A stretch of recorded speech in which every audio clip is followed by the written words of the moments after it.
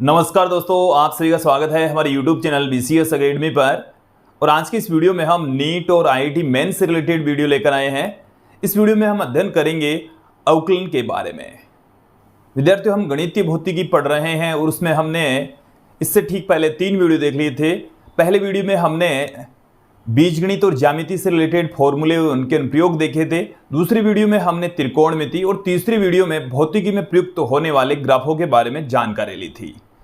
चौथा जो हमारा वीडियो है वो काफ़ी महत्वपूर्ण वीडियो है, अवकलन से रिलेटेड है। हम भौतिकी में प्रयुक्त होने वाली जो डिफरेंशिएशन है उसके बारे में अच्छे से आज के इस वीडियो में अध्ययन कर लेंगे, समझ लेंगे। अगला और गणितीय भौतिकी का जो अंतिम वीडियो है वो समाकलन से रिलेटेड होगा। अगला वीडियो केवल और केवल आपको तभी समझ में आएगा जब ये वीडियो आप अच्छे से समझ लेते हैं, अवकलन आपको अच्छे से समझ में आ जाती है। विद्यार्थियों, अब इस वीडियो को स्टार्ट करते हैं। यदि आप हमारे YouTube चैनल पर नए हैं तो चैनल को सब्सक्राइब कर लीजिए, साथ में बेल आइकन भी दबा दीजिए ताकि आपको आगे की वीडियोज की नोटिफिकेशन मिलते रहें। हम बात करते हैं अवकलन की। अवकलन क्या है कि हमारे पास में दो चर राशियों का मतलब है कि जिनकी वैल्यू बदलती हो, जिनकी वैल्यू दूसरी राशियों पर डिपेंड करती हो, तो वो है चर। एक होती है अचर राशियाँ जो दूसरी राशियों पर डिपेंड नहीं करती, जो कांस्टेंट होती है, जैसे 5 है, 10 की घात 5 है। तो ये सब कुछ क्या है, अचर हैं। और हम यहाँ पर दो राशियाँ लेकर चलेंगे जो कि एक दूसरे के ऊपर डिपेंड करती है। एक राशि के बदलने पर दूसरी राशि बदलती है। तो एक राशि के रेस्पेक्ट दूसरी राशि में जो तात्क्षणिक बदलाव की दर है उसी को ही हम अवकलन कहते हैं। उसी को ही क्या कहा जाता है, अवकलन कहा जाता है। चलिए देखिए, आज का जो हमारा वीडियो है वो रिलेटेड है अवकलन से। अवकलन के बारे में हम पढ़ेंगे। इसे डिफरेंशिएशन कहा जाता है। इसे हम डिफरेंशिएशन कहते हैं। क्लियर। अब अवकलन की डेफिनेशन क्या है वो देख लीजिए कि किसी एक चर राशि के रेस्पेक्ट एक अन्य चर राशि में जो तात्क्षणिक बदलाव है उसकी दर को ही हम क्या कहेंगे, अवकलन कहेंगे। किसी चर राशि में अन्य चर राशि के सापेक्ष अन्य चर राशि के साथ तात्क्षणिक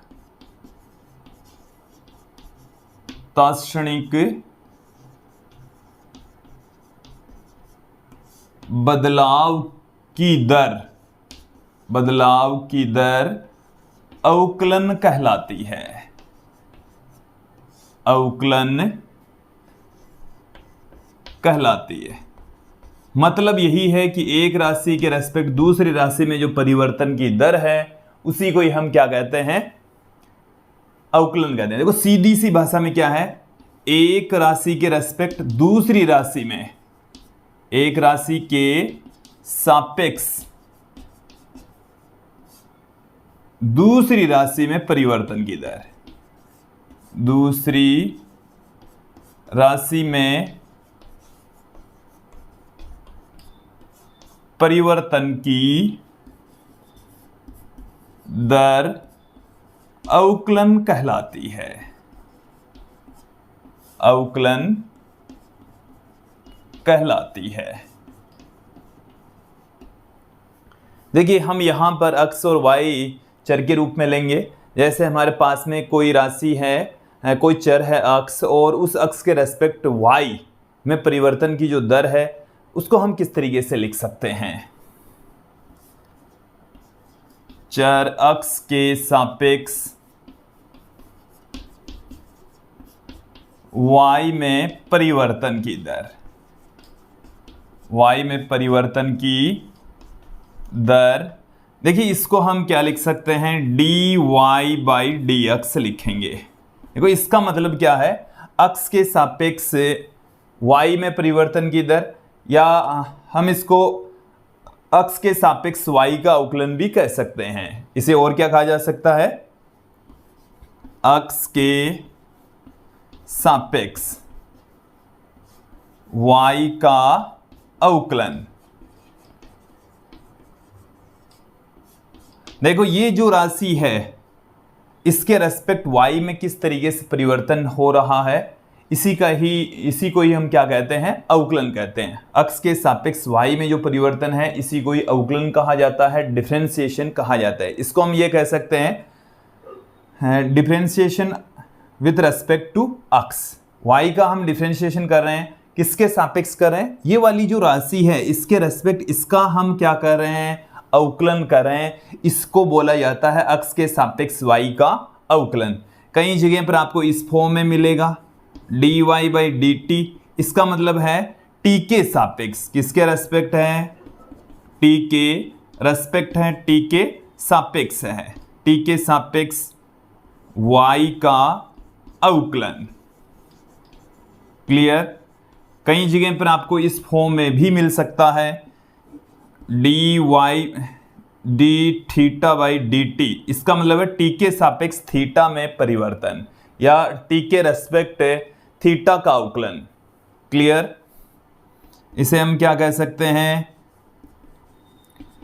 t के सापेक्ष थीटा का अवकलन इसको कहा जा सकता है।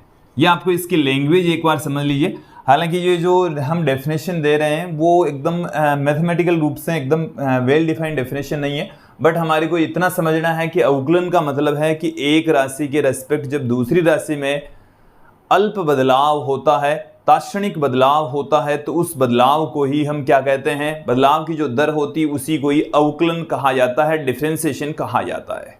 क्लियर हो जाना चाहिए, क्योंकि हम ज़्यादा इसकी गहराई में नहीं जाएंगे। भौतिकी में जितना हमारा अवकलन का यूज होता है उसी को ही हम यहाँ पर देखने वाले हैं। कुछ फॉर्मूले हैं, वो फॉर्मूले आपको कंठस्थ करने हैं, दिमाग में फिट बैठा लेने हैं, क्योंकि वो बार बार फिजिक्स में यूज में आएंगे।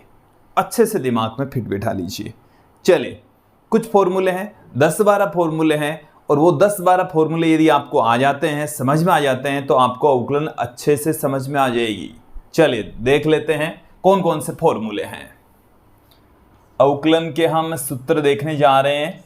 पहला जो हमारे पास में सूत्र है, हम लिख रहे हैं d/dx। इसका मतलब है अक्ष के सापेक्ष अवकलन। और देखिए, यदि किसी कांस्टेंट का यदि आप अक्ष के रेस्पेक्ट अवकलन करते हैं तो वो सदैव कितना आएगा? 0। कांस्टेंट का अवकलन कितना होता है? 0 होता है। कांस्टेंट का अवकलन क्या होगा? 0 होगा। अब यदि मान लीजिए कि किसी चर से कांस्टेंट मल्टीपल में है तो वो अवकलन से बाहर आ जाएगा, अवकलन से बाहर आ जाएगा। देखिए मतलब समझिए इसका। हमारे पास में ऐसे कोई राशि है AU, तो ये जो A है वो यदि कांस्टेंट है, A क्या है? कांस्टेंट, तो इसको हम डिफरेंशिएशन से बाहर पुट कर देंगे, A du/dx हो जाएगा। A du/dx इसको हम पुट कर देंगे। क्लियर? थोड़ा सा और आगे बढ़ते हैं। देखिए, काफ़ी महत्वपूर्ण फॉर्मूला अब मैं आपके सामने रखने जा रहा हूं, बार बार यूज में आएगा। अक्ष की घात n। अक्ष की घात n का जो अवकलन है, देखो हम अक्ष के रेस्पेक्ट ही कर रहे हैं अवकलन, अक्ष की घात n का कर रहे हैं, तो घात n पहले अक्ष की घात n-1 हो जाएगी। इसको एकदम क्लियर करें। अवकलन यहां पर किसके रेस्पेक्ट कर रहे हैं? अक्ष के रेस्पेक्ट कर रहे हैं। यदि यहां पर अक्ष का कोई फलन है, अक्ष का कोई पद है, मतलब ऐसी राशि है जो अक्ष पर निर्भर कर रही है, तब तो उसका अवकलन होगा। और यदि अक्ष पर निर्भर नहीं करने वाली राशि है तो वो अक्ष के रेस्पेक्ट कांस्टेंट होगी, और कांस्टेंट का अवकलन कितना हो जाएगा? 0। कांस्टेंट का अवकलन कितना हो जाएगा? 0 हो जाएगा। तो देखो यहाँ पर A तो कांस्टेंट है, U है वो अक्ष पर डिपेंड कर रहा है, मतलब U है वो अक्ष का फलन है। U का मान कुछ भी हो सकता है, U का मान हो सकता है x² + 5, मतलब इस तरीके का है। U का मान भी किस पर डिपेंड कर रहा है? अक्ष पर डिपेंड कर रहा है। यहां पर जो राशि है अक्ष की घात मैंने n रखी है, इसका हम डिफरेंशिएशन का जो फॉर्मूला है n अक्ष की घात n-1, इसे दिमाग में फिट बैठा लीजिए। इस पर आधारित हम क्वेश्चंस भी देखेंगे ताकि आपको ज़्यादा बेटर तरीके से समझ में आ सके। चलिए थोड़ा सा और आगे बढ़ते हैं। अगला जो हमारा फॉर्मूला है वो है d/dx sin x। sin x का हम डिफ्रेंशिएशन करेंगे तो क्या आ जाएगा, cos x आ जाएगा। फिर cos x का यदि हम करें तो माइनस में sin x आ जाएगा, माइनस में sin x आ जाएगा। फिर मैं बात करूं tan x की, tan x की, तो tan x का होता है sec square x। tan x का क्या होता है, sec स्क्वायर x होता है। क्लियर। tan x का डिफरेंशिएशन, ये फॉर्मूले आपको डायरेक्ट ध्यान रखने हैं, ये कैसे आए इन पर आपको नहीं जाना है। क्लियर। थोड़ा सा और आगे बढ़ते हैं। tan x के पश्चात हम देखते हैं cot x।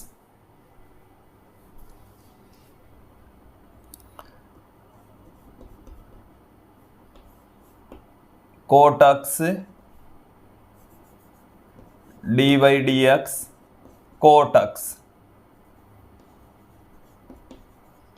cot x का क्या होता है, माइनस में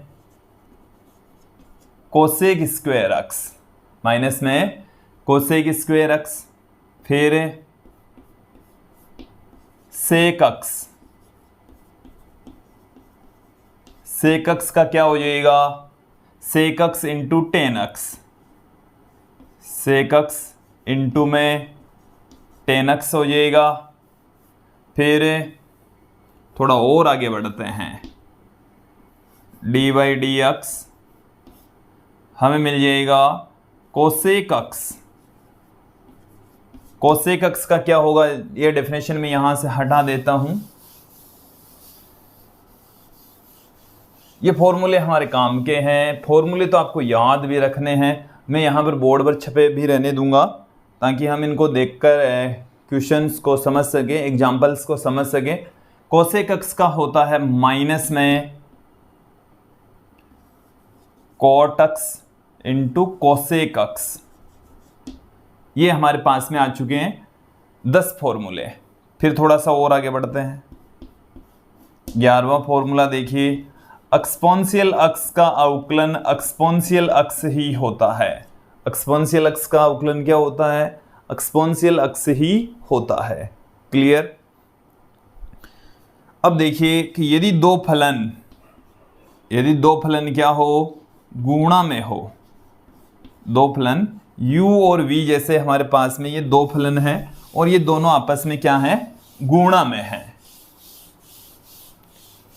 तब इसका अवकलन किस तरीके से किया जाना है वो समझ लीजिए। दो फलन यदि गुणा में यदि आपको मिल जाए तो आपको क्या करना है, पहले एक फलन को एज इट इज रखेंगे, दूसरे फलन का अवकलन कर देंगे। फिर प्लस में दूसरे फलन को एज इट इज रखेंगे, पहले फलन का अवकलन कर देंगे।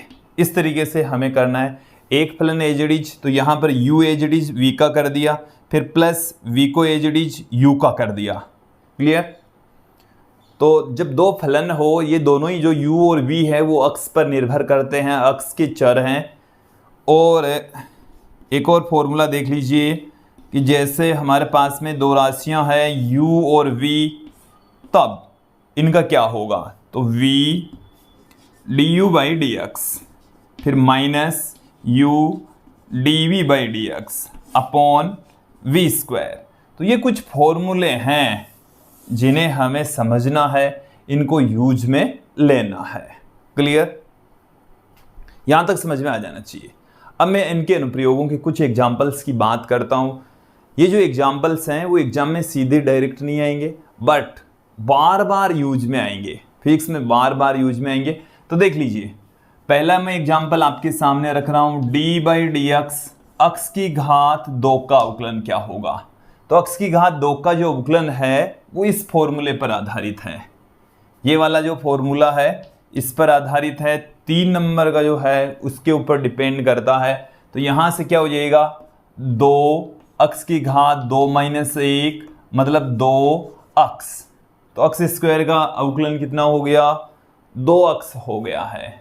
फिर हम आगे बढ़ते हैं, D by D x 5 x की घात 11, 5 x की घात 11। तो यहां पर आप देखेंगे कि ये कांस्टेंट है और ये हमारे पास में एक चर है। तो 5 को तो हम ले लेंगे इस डिफरेंशिएशन से बाहर। कई बार क्या है, हमने ऐसा पढ़ा है कि भाई जो कांस्टेंट होता है उसका अवकलन तो कितना होता है, 0 होता है।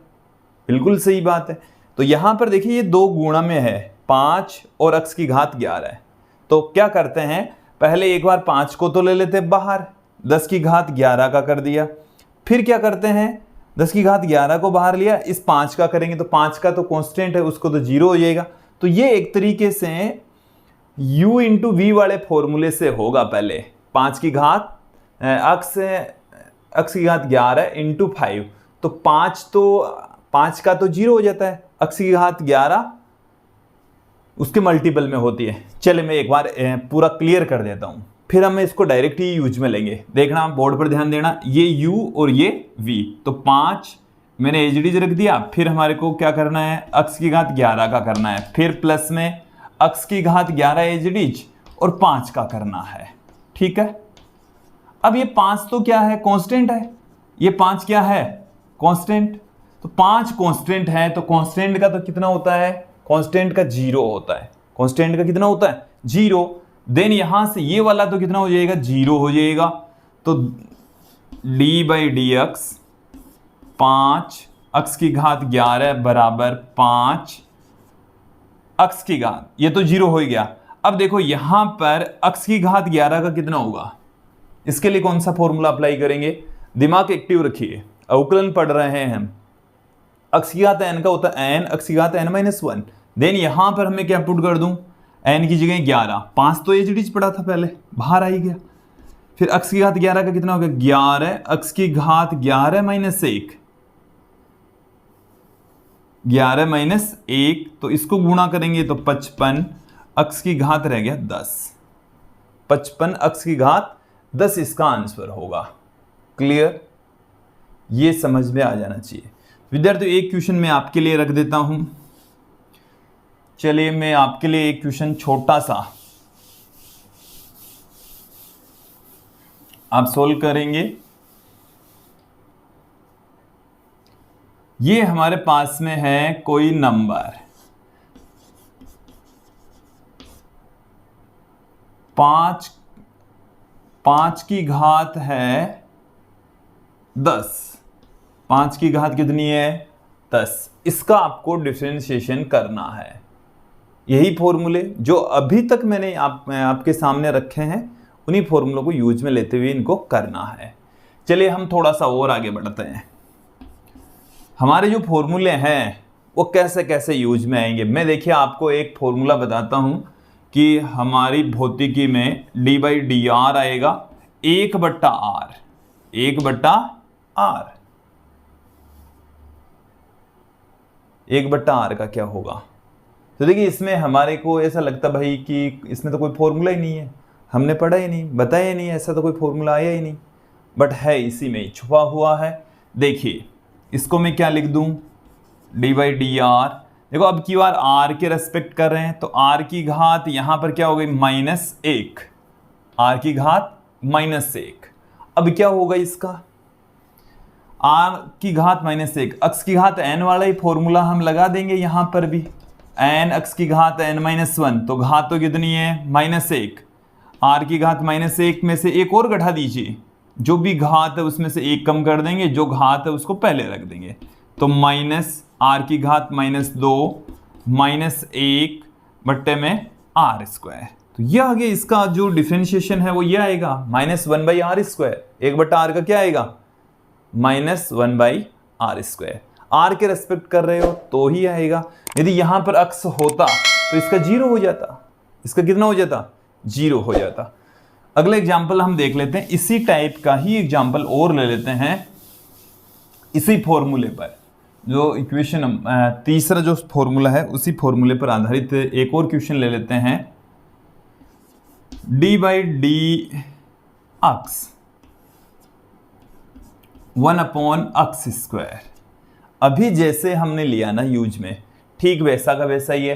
और ये फॉर्मूला भी यूज में आता है जब आप कक्षा 12 में किसी बिंदु आवेश के कारण से विद्युत विभव ज्ञात करेंगे, तब सेम यही फॉर्मूला आपको देखने को मिलेगा। देन यहां पर इसको हम क्या पुट कर देंगे, d/dx, अक्ष की घात 2 बट्टे से ऊपर जाएगी तो अक्ष की घात -2, अक्ष की घात कितनी हो गई, -2 हो गई है। अब हम इसमें लगा देंगे ये वाला फॉर्मूला।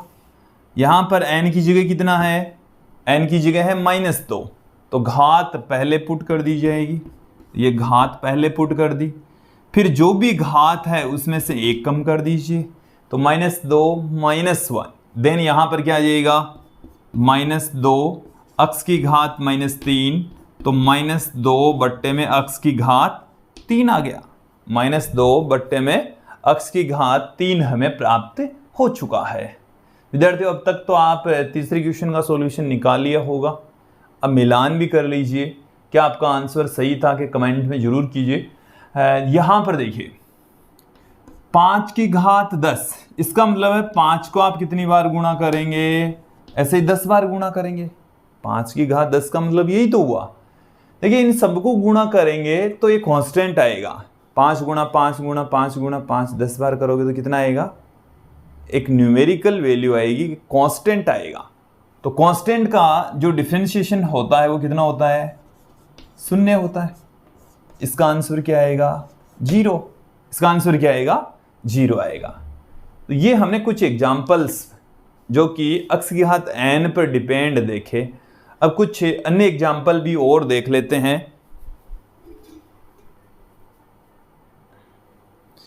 कुछ एग्जाम्पल्स हम और देख लेते हैं, हमारे पास में कुछ महत्वपूर्ण एग्जाम्पल और भी हैं।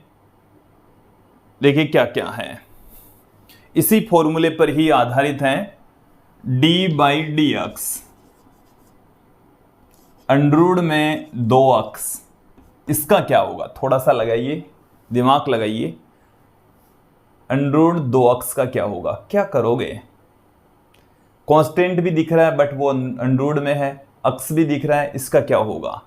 चलिए इसे हम ऐसे लिख सकते हैं, d/dx √2 इंटू √x, ऐसा पुट किया जा सकता है। अब जो √2 है इसको हम क्या करेंगे, डिफरेंशिएशन से बाहर ले लेंगे, तो d/dx √x, तो √x को हम क्या लिख सकते हैं, अक्ष की घात 1/2, अक्ष की घात 1/2। मैं समझाने का प्रयास कर रहा हूं, आप भी समझने का प्रयास करेंगे। देखिए बताने में तो हम भी इसको सीधा बता देते, सीधा ही उत्तर बता देते, बहुत सारे क्वेश्चंस का सीधा आंसर बता देते, बट आपको समझ में नहीं आई, उससे कोई मतलब नहीं है, कोई फ़ायदा भी नहीं है। धीरे धीरे स्टेप से चलेंगे। और देखिए ये सुपर फास्ट तरीके से कैसे होंगे, जब आप बार बार इनकी प्रैक्टिस करेंगे। जितनी आपकी प्रैक्टिस अच्छी होगी, फॉर्मूले अच्छे से याद में हो जाएंगे और उतनी ही जल्दी, उतनी ही फास्ट आप आंसर दे पाएंगे। चलिए, √2 अक्ष की घात 1/2 का क्या हो जाएगा, 1/2 अक्ष की घात 1/2 -1, यही फॉर्मूला हम यूज में ले रहे हैं। जो घात है उसको हमने पहले रख दिया, घात में से 1 घटा दिया, यही किया। तो ये क्या हो जाएगा, देखिए 2 को हम √2 लिख सकते हैं, 1 √2 से 1 √2 कैंसिल हो गया, ये आ गया। अक्ष की घात 1/2 -1 कितना हो गया, अक्ष की घात -1/2, और ये क्या हो जाएगा, ये हो जाएगा, क्योंकि अक्ष की घात -1/2 बट्टे के नीचे जाएगी तो ये +1/2, और 1/2 को हम लिख सकते हैं √x। क्लियर। तो ये हो चुका है इसका डिफरेंशिएशन। थोड़ा सा और आगे बढ़ते हैं। हमारे जो नोट्स हैं उनकी एग्जाम्पल मैं आपके सामने रख रहा हूं, ये सारे एग्जाम्पल उन्हीं से ही हमने लिए हैं। एक और महत्वपूर्ण एग्जाम्पल, अक्ष की घात a अक्स स्क्वायर प्लस b अक्स प्लस c, इसका डिफरेंशिएशन क्या होगा। चलिए देखेंगे, a b c कांस्टेंट है तो a तो एज इट इज, और अक्स स्क्वायर का क्या हो जाएगा, 2 अक्स। बताइए समझ में आया कि नहीं आया, 2 अक्स हो गया, जो भी घात है उसको हमने पहले रखा, घात में से एक घटा दिया, 2 में से एक घटाए तो 1 रह गया, तो 2x रह गया। फिर plus bx, b constant, x का करोगे तो 1 हो गया, c कांस्टेंट जिसका 0 हो गया, तो 2ax प्लस b आ गया। इसका डिफरेंशिएशन क्या आ गया? 2ax plus b। थोड़ा सा हम और आगे बढ़ते हैं, अगला एग्जांपल ले लेते हैं, d by D x 3x square minus exponential x, 3x square minus exponential x। अब हमारे को क्या करना है? इन दोनों का अलग अलग करना है। कैसे लिखेंगे इसको? d by D x, board पर फोकस कीजिए, 3x square minus d by D x exponential x। यदि जोड़ में हो, बाकी में हो, तो उनको हम अलग अलग डिफरेंशिएट कर देंगे। देन हमें क्या मिल जाएगा? 3x स्क्वायर का क्या हो जाएगा? 2x, फिर माइनस एक्सपोनेंशियल x का क्या हो जाएगा? Exponential x। 3 को 2 से गुणा करेंगे, 6x माइनस एक्सपोनेंशियल x आ जाएगा। क्लियर हो गया? कुछ चीजें मैं आपको और बताता हूं कि यदि किसी फलन के अंदर फलन हो, फलन के अंदर यदि कोई फलन हो, तो अंदर वाले फलन का भी अवकलन करके उससे गुणा कर देंगे, उससे गुणा कर देंगे। चलिए मैं अंदर वाले फलन के लिए भी कुछ एग्जांपल्स आपके सामने रखता हूं ताकि आपको समझ में आ जाए फलन के अंदर फलन कैसे होता है।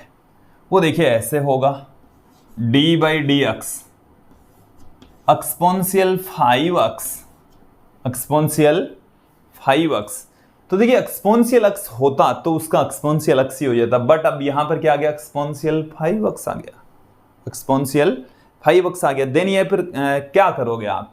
देखिए एक्सपोनेंशियल x का तो एक्सपोनेंशियल x ही होगा, फिर ये जो 5x है ना, इसका आप फिर से डिफरेंशिएशन कर देंगे, 5x का डिफरेंशिएशन कर देंगे। तो 5x का डिफरेंशिएशन कितना हो गया? 5। तो इसका आंसर आ गया 5 exponential 5x, 5 exponential 5x।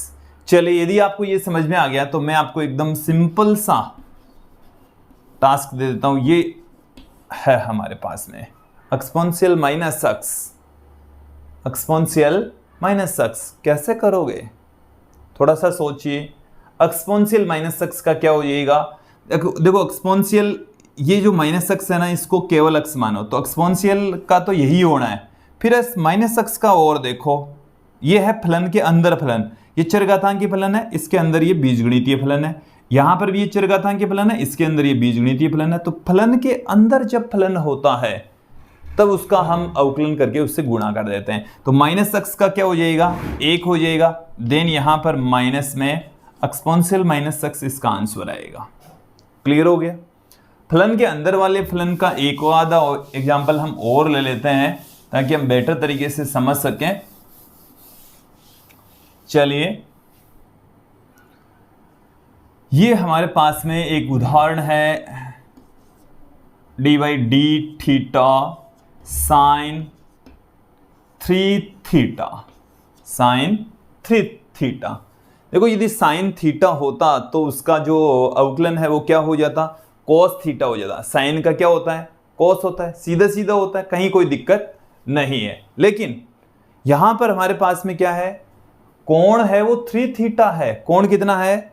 3 theta कोण है। देन यहां पर क्या करोगे? साइन थीटा का तो हो जाता है कोस थीटा, थीटा की जगह यहां पर 3 थीटा है।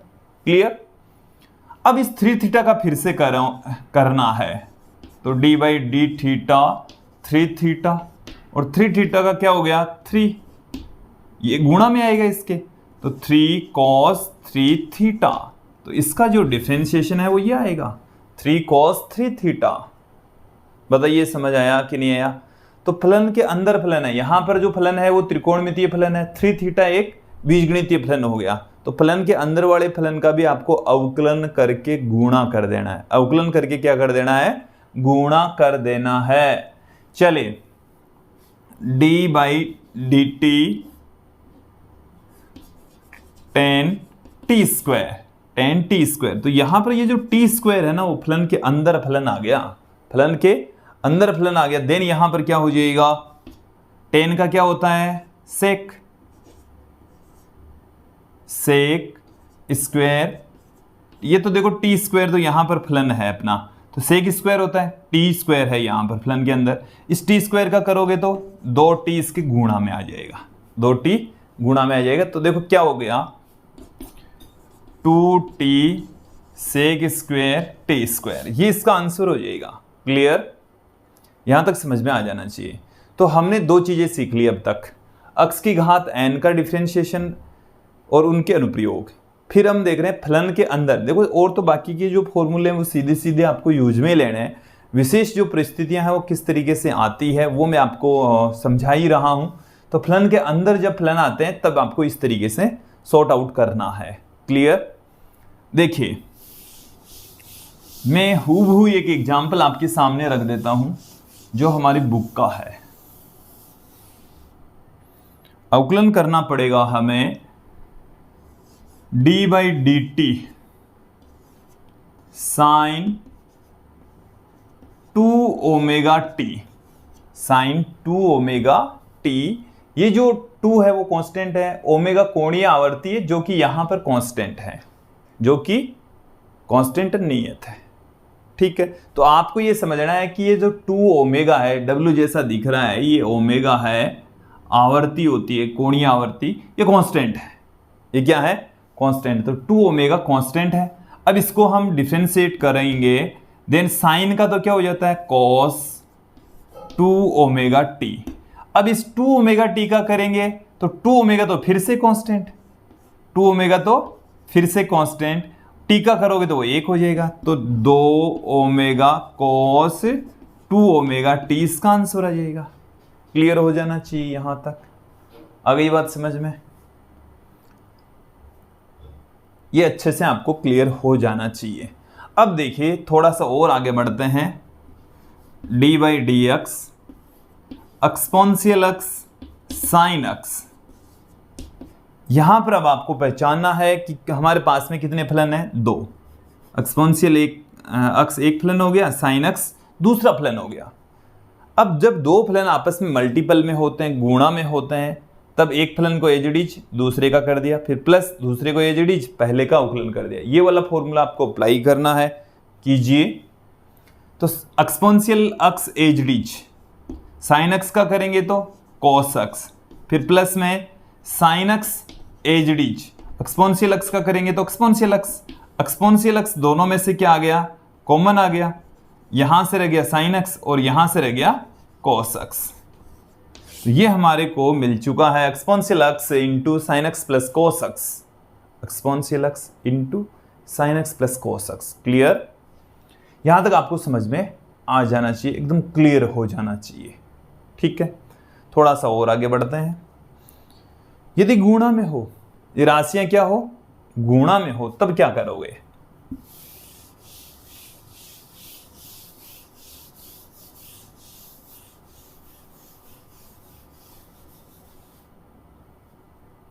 गुणा में है तब तो u इंटू वी वाला लगाना ही है। और देख लेते हैं हम एक आधा एग्जाम्पल, फिर भाग का एग्जाम्पल भी देख लेंगे। Sine x into, sign X का एग्जाम्पल अब रहने दीजिए। अब थोड़ा सा आगे बढ़ते हैं, cos x, cos x into log x, cos x into log X. तो यहां पर भी आपको साफ साफ दो फलन नजर आ रहे हैं, कॉस एक्स और लॉग एक्स। तो पहला फलन तो as it is cos X as it is, log X का करेंगे तो 1/x। लॉग एक्स का मैंने यहां पर नहीं लिखा है, लॉग एक्स का फॉर्मूला ही नहीं लिखा है। लॉग एक्स का क्या होता है, 1/x होता है। लॉग एक्स का क्या होगा विद्यार्थियों, लिख दिया, नहीं लिखा, D by D x, log X का क्या हो जाएगा, 1/x हो जाएगा।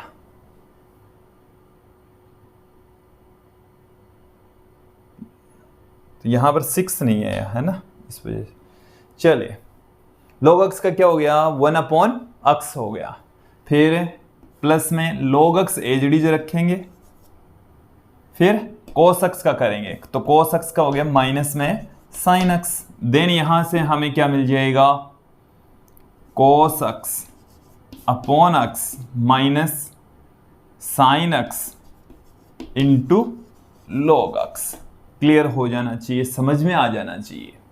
ठीक है, एक और एग्जाम्पल देखते हैं। फलन के अंदर वाला फलन देख लें, sine log x, sine log x आ गया। तो देखिए साइन का करोगे तो साइन का करेंगे तो cos log x, cos log x। फिर log x का करोगे तो 1/x। यदि इसका मैं ऐसे भी ले सकता हूं, ऐसे ले लिया हमने log sin x, तो क्या होगा 1/sin x का तो क्या होगा, मतलब log x का तो क्या होगा 1/x, तो 1/sin x। sin x का करोगे तो cos x, cos x बटा sin x क्या हो गया, cot x हो गया।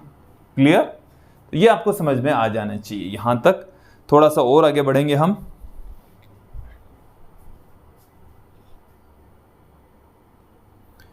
अब विद्यार्थी मैं आपके सामने कुछ ऐसे फॉर्मूले रखता हूं जो अवकलन के रूप में है, भौतिकी में यूज में आते हैं।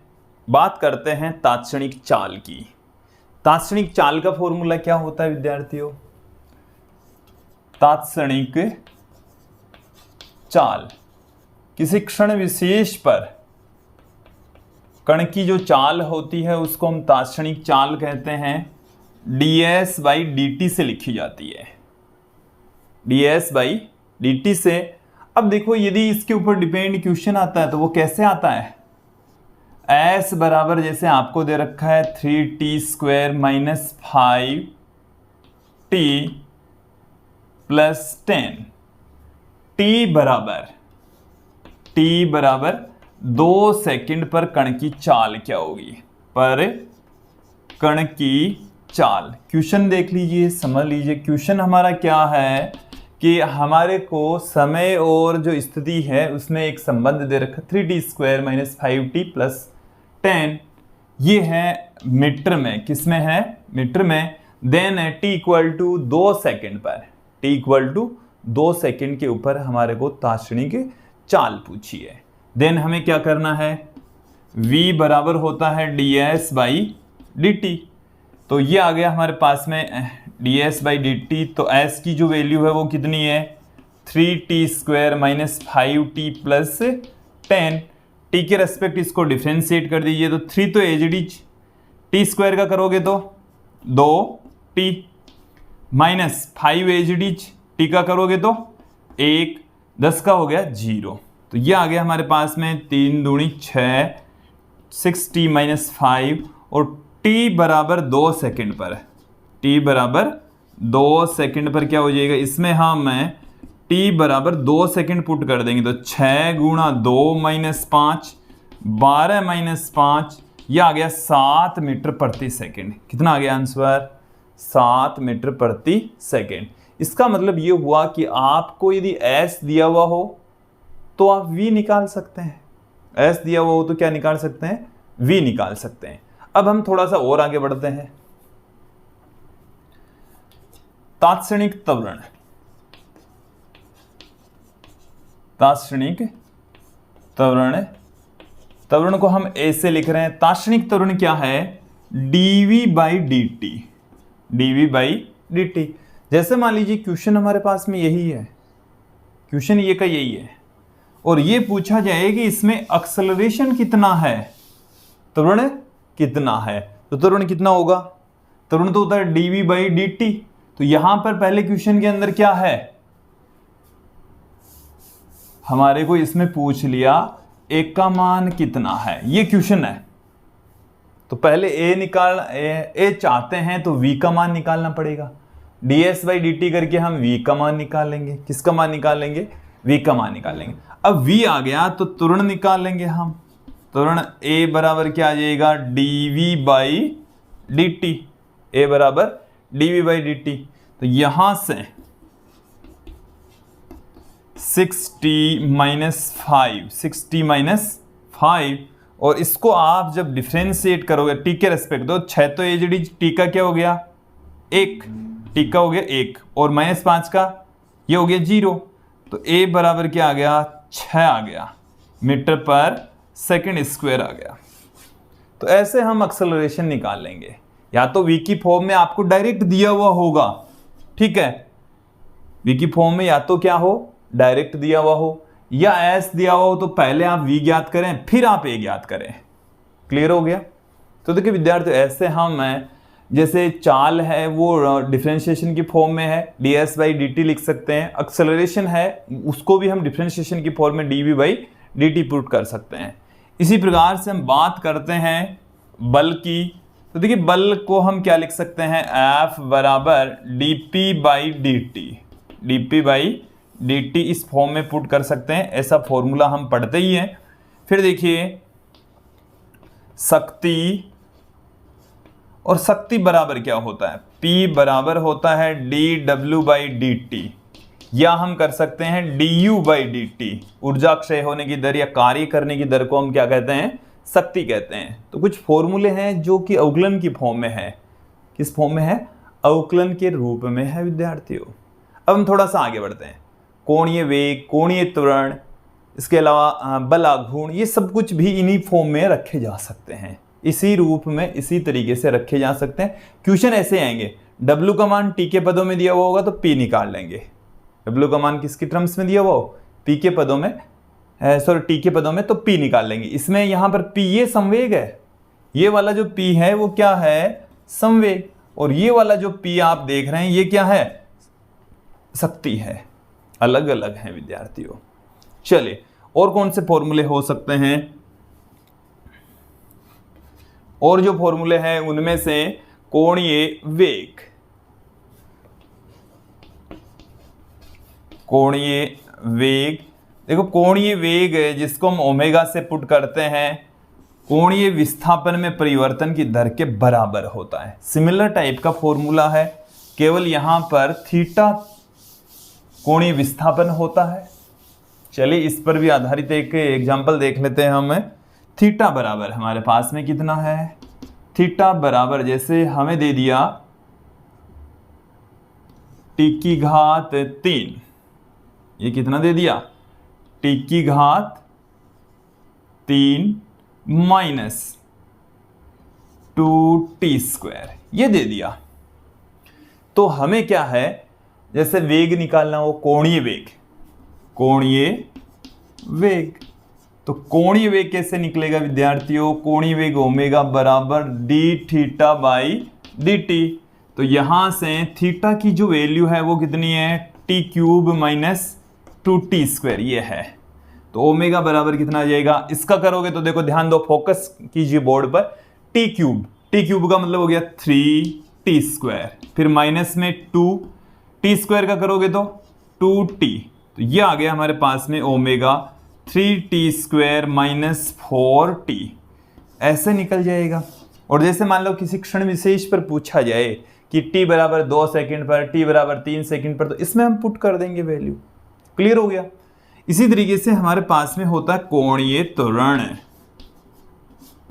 कोणीय त्वरण एंगुलर एक्सेलरेशन अल्फा से पुट करते हैं, D omega by D T होता है, D omega by D T. तो यदि यही क्वेश्चन हम लेकर चलें तो ओमेगा की वैल्यू कितनी है, 3t square minus 4t, then यहां पर अल्फा बराबर कितना आ जाएगा, 3 तो पहले से पढ़ाई है, टी स्क्वायर का क्या हो जाएगा 2t, और माइनस 4 एचडी टी का करोगे तो 1, तो ये आ गया 6t माइनस 4, अल्फा का मान क्या आ गया 6t माइनस 4 आ गया। क्लियर हो गया। इसी तरीके का एक फॉर्मूला और होता है, बलाघूर्ण बराबर कोणीय संवेग में परिवर्तन की दर, बलाघूर्ण होता है, ये क्या है बलाघूर्ण। विद्यार्थी ये सब कुछ चीजें आपको समझ में आ रही होगी।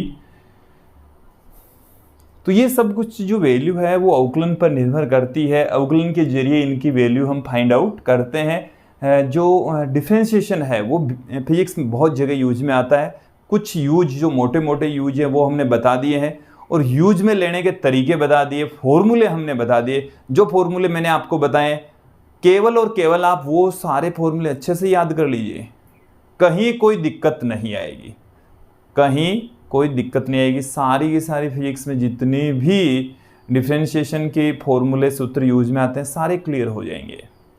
तो ये था आज का हमारा वीडियो जिसमें हमने अवकलन के बारे में अच्छे से, बहुत अच्छे से समझा है। अगला जो हमारा वीडियो होगा वो इंटीग्रेशन से रिलेटेड होगा। यदि ये वीडियो थोड़ा कम समझ में आया तो दोबारा देख लीजिए, बट अगला जो वीडियो है वो केवल और केवल तभी समझ में आएगा जब आप डिफरेंशिएशन अच्छे से समझ लेते हैं। आ गई होगी ये बात समझ में। आज के लिए इतना ही, जल्दी मिलेंगे अगले वीडियो में। धन्यवाद दोस्तों।